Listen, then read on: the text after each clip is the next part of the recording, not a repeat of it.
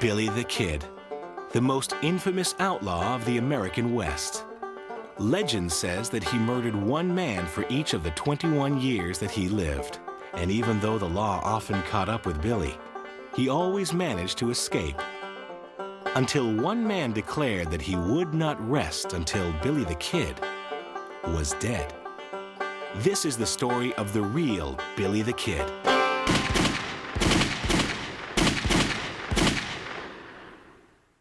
Southeast New Mexico in the 1870s was a rugged frontier territory, dotted with a few small towns, cattle ranches, and mining settlements. It was also a land of cowboys, men who went wherever the work was and lived by their own laws. Nobody knows for sure where Billy was born, but most people believe that his family came out of the Midwest, probably by way of Anderson, Indiana, and Coffeyville, Kansas. When Billy was a boy of 14, he and his family settled in New Mexico. We really don't know that much about Billy's real origins. All we really know is that by way of Indiana and Kansas, he and his family wound up here in Santa Fe, where his mother married, and then the family moved on to Silver City. Silver City, New Mexico was an interesting place. It was a very rough town, and of course the miners were very rough, a lot of fighting in the streets, that kind of thing. Billy's mom was a gregarious Irish woman who everybody seemed to like, and she had a boarding house in Silver City, and everyone who encountered her said that she was really kind of a very nice lady. Mr. Antrim, on the other hand, Billy's stepfather, was a miner. He was rarely there. He was a little bit of a ne'er-do-well, and he certainly didn't have much love for his son. Schools out on the frontier were simple one-room buildings where all children, regardless of age, were mixed into a single class. But by all accounts, Billy didn't pose any problems as a student. In Silver City, New Mexico, it would appear that Billy the Kid was a likable youngster. Most of the stories that have been passed down refer to him as Kid Antrim. The indications are that he was likable, that he got along well with people. But when Billy was only 15 years old, his mother passed away. The Silver City News announced the death. Died in Silver City on Wednesday, the 16th, Catherine, wife of William Antrim, aged 45 years. Mrs. Antrim came to Silver City about 1 year ago, since which time her health has not been good, having suffered from an affection of the lungs.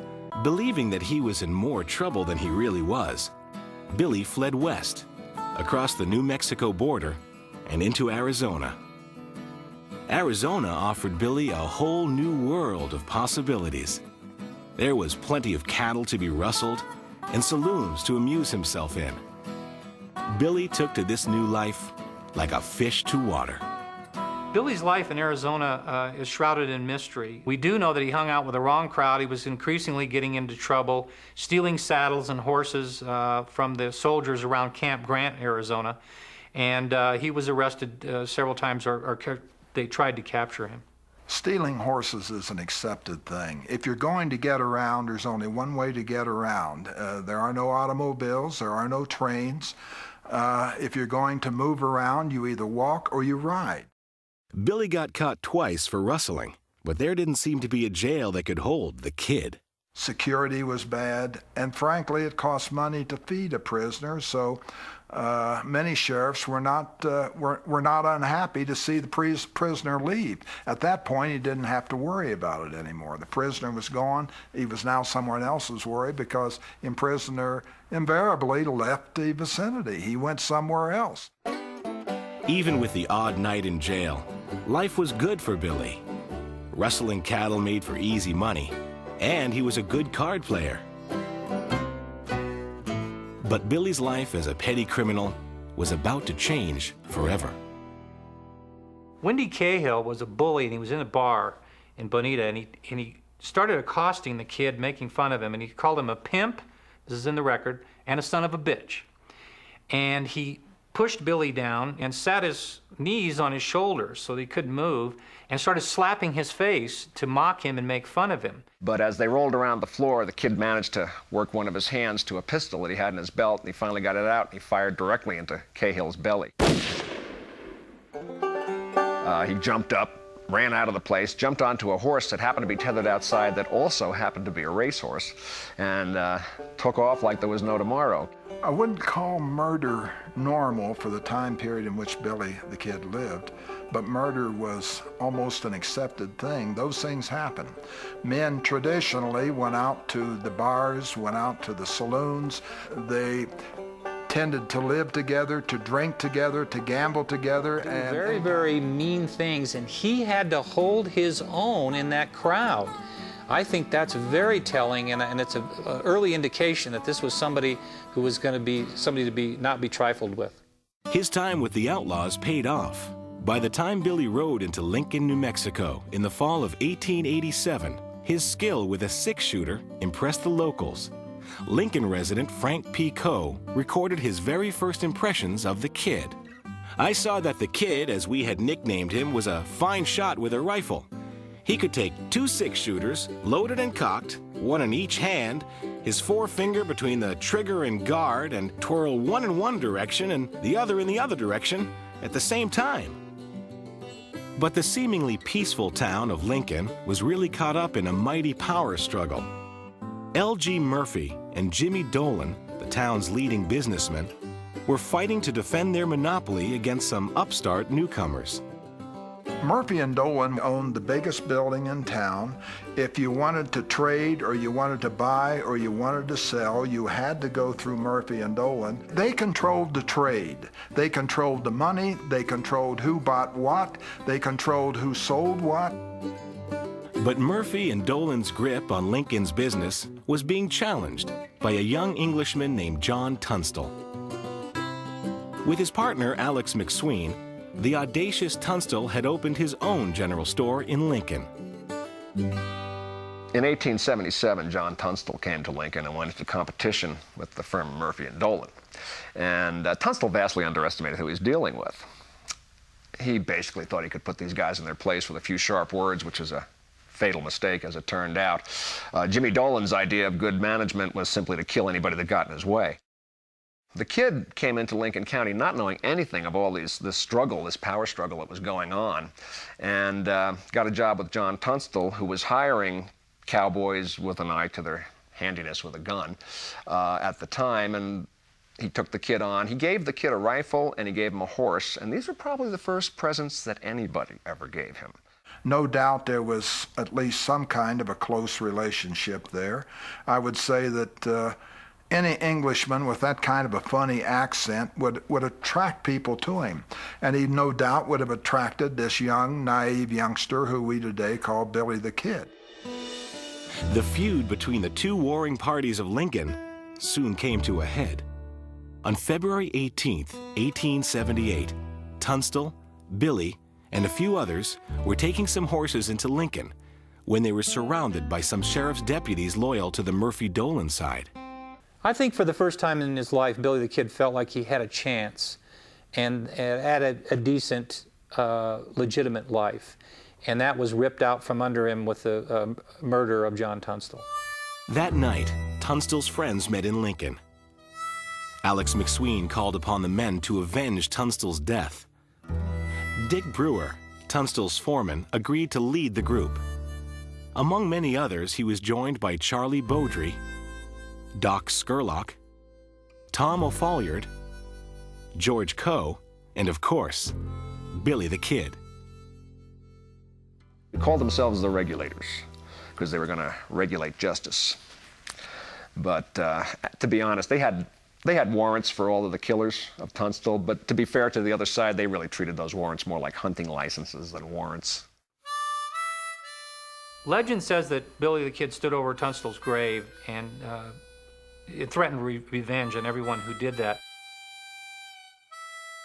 He was loyal to his people that were on his side to the point of murder. Whether or not they actually had a dead list of people they wanted to kill in revenge for Tunstall's death is debatable. But they certainly knew who they were after. Most of them had seen many of the posse members. They could identify them by sight. They were people they knew. The Regulators rode out of Lincoln and soon caught up with two men from the posse that killed Tunstall, Frank Baker and Buck Morton. Morton and Baker were two of the four-man sub-posse that had gunned Tunstall down. And Regulators found them down near the Penasco River and captured them. The kid wanted to kill him right then and there on the spot. Actually, we know that one of the Regulators did, and we always kind of assumed that it was Billy. But Dick Brewer prevailed. Brewer was much more calm of a person, and he decided they were going to take him back to Lincoln. But the prisoners didn't make it to Lincoln. At a place that is now identified as Dead Man's Canyon, about 15 miles from Lincoln, Billy got his way. Billy the Kid is very prone to acting out. I think part of it was in revenge for the death of Tunstall, but I think basically the kid at this particular point in time in life was in his element. I mean, and his element was shooting and killing, and the kid is at home there. Sheriff William Brady, a well-known ally of Murphy and Dolan, would be the Regulators' next target.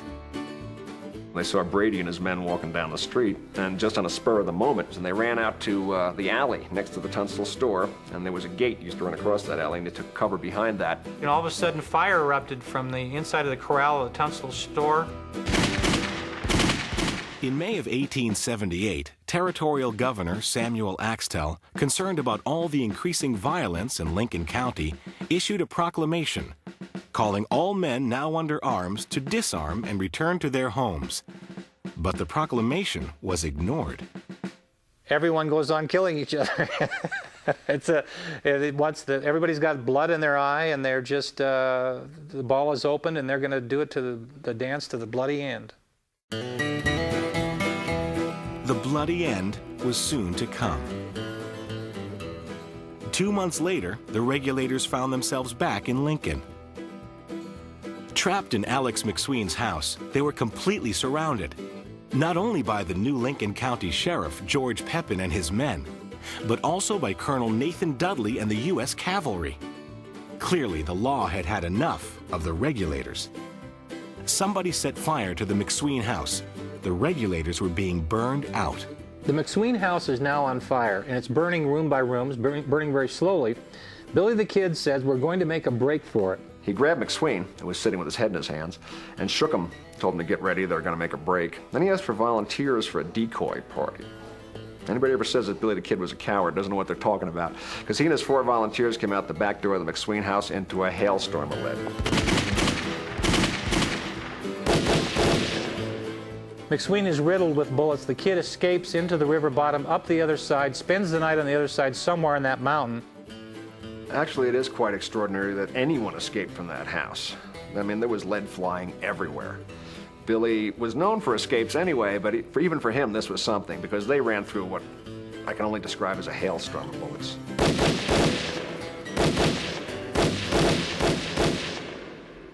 Billy's escape had been nothing short of miraculous, and maybe he believed that one miracle was all he was due for. He wrote to his old friend Jesse Evans and asked if parties from both sides of the Lincoln County War could meet in Lincoln to make peace.